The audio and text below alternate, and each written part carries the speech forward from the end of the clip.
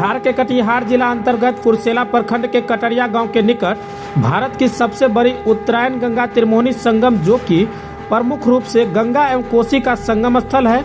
इसके साथ ही कलबलिया नदी की उत्पत्ति होती है। धार्मिक दृष्टिकोण से गंगोत्री से गंगा सागर तक माता गंगा के सफर में जहां जहां उत्तर वाहिनी के रूप में गुजरती है, वह जगह बहुत ही प्रसिद्ध है। चाहे हरिद्वार हो या प्रयागराज, काशी आदि। उत्तर वाहिनी गंगा का अंतिम पड़ाव या विश्राम स्थल कुर्सेला पुल के समीप है। इसके साथ ही यह भारत की सबसे बड़ी उत्तरायण गंगा की धारा भी है, जो कि बटेश्वर नाथ धाम के समीप से कुर्सेला तक है। यहाँ से गंगा पूर्ववाहिनी होकर गंगा सागर में मिलती है। 12 फरवरी 1948 को महात्मा गांधी जी का अस्थि विसर्जन बिहार में सिर्फ इसी गंगा कोसी संगम पर किया गया था। स्वयं भारत के प्रथम राष्ट्रपति राजेंद्र प्रसाद द्वारा बर्मा से स्वतंत्रता सेनानी वैद्यनाथ चौधरी जी को इसी गंगा कोसी संगम पर भी अस्थि विसर्जन करने के लिए पीतल के कलश में महात्मा गांधी जी का अस्थि उन्हें दिया था। अभी तक त्रिमोहनी संगम को गांधी सर्किट से ना जोड़ा गया है, ना ही एक प्रतिमा भी लगाया गया है।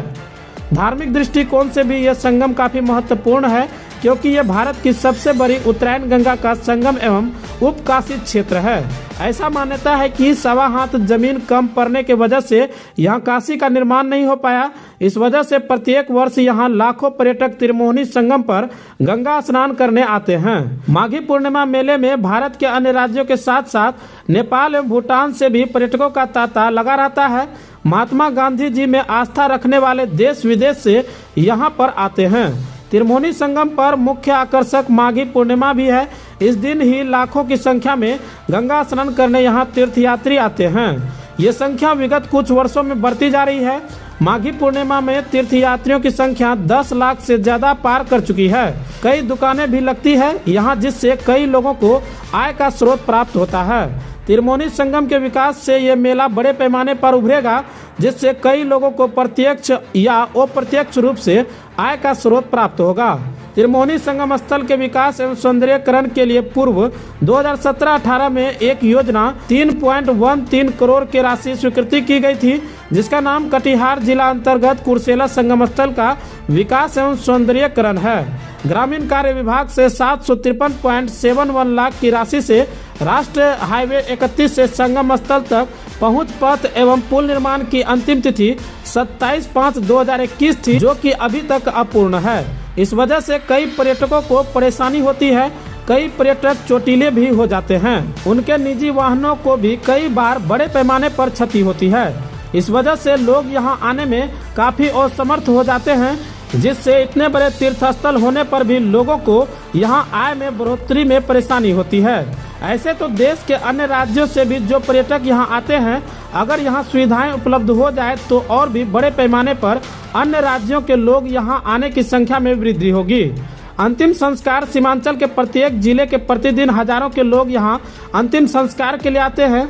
यहां मूलभूत सुविधा के अभाव में संध्या काल में निजी वाहनों के रोशनी में अपने परिजनों का अंतिम संस्कार करने के लिए लोग मजबूर हैं।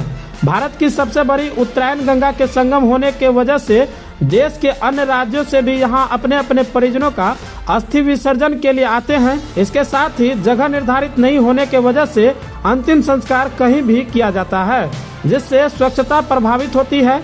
विद्युतीकरण सौदागृह बन जाने से पर्यावरण के साथ साथ गंगा भी स्वच्छ रहेगी।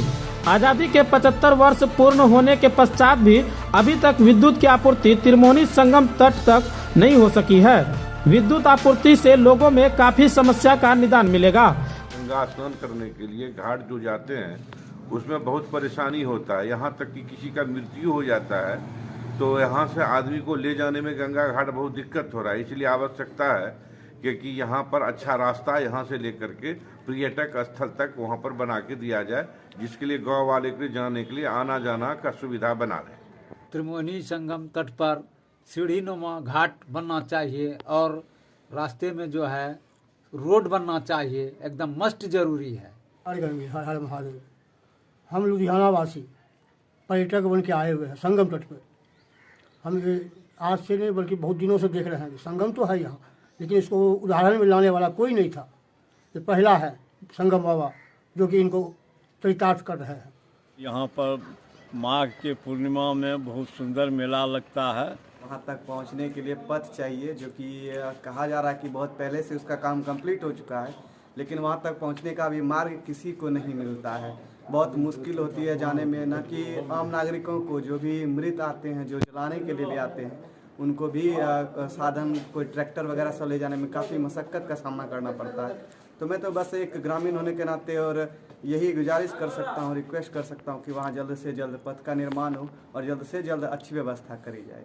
त्रिवेणी संगम भारत की सबसे बड़ी उत्तरायण गंगा का संगम है और जैसा कि आप सभी को पता है और बहुत लोगों को नहीं पता है कि महात्मा गांधी का अस्थि विसर्जन भी यहाँ पर 12 फरवरी 1948 को हुआ था।